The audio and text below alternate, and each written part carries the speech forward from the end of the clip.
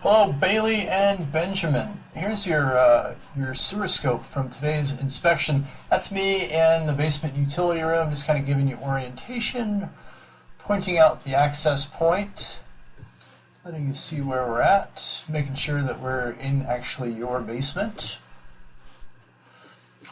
Dropping in, like we talked about today, we are cast iron from start to finish. Roughly, I would say total, from that clean out point to the city connection, you're right at about 128 feet or so.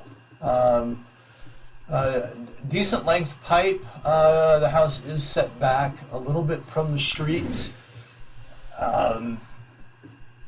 So you get a little extra length there. There's a little blurb in your home inspection report regarding kind of upgrading your insurance coverage. Anytime that you have an older pipe like this, and a 65-year-old cast iron pipe isn't necessarily old. Cast iron has a relatively long street life, maybe a little bit of root growth right there. But figuring out what your insurance company covers when it comes to repairs and replacement, and if there's any damage to the pipe, if it needs to be replaced or lined or what have you, see how much they cover. A lot of times it's just a small supplemental amount and it's not enough to cover much. So there are third-party companies out there where you can get some additional coverage. I use a company, Service Line Warranties of America, that I pay $7 and change for about $15,000 worth of additional coverage. Roots coming in at this point, at this connection point, that may indicate that connection has separated a little bit, or there might be a little bit of deterioration or failure. Ultimately, this pipe, you can see the buildup and the corrosion in there. We go underwater for a little bit here, roughly from about 69 feet to 83 feet. So about 14 feet where we're underwater, or at least the pipe is partially holding water. Keep in mind that the camera lens or the camera head that I'm pushing through is less than 2 inches in diameter, so it's not completely filling up the pipe. But you can see the buildup and corrosion in the pipe.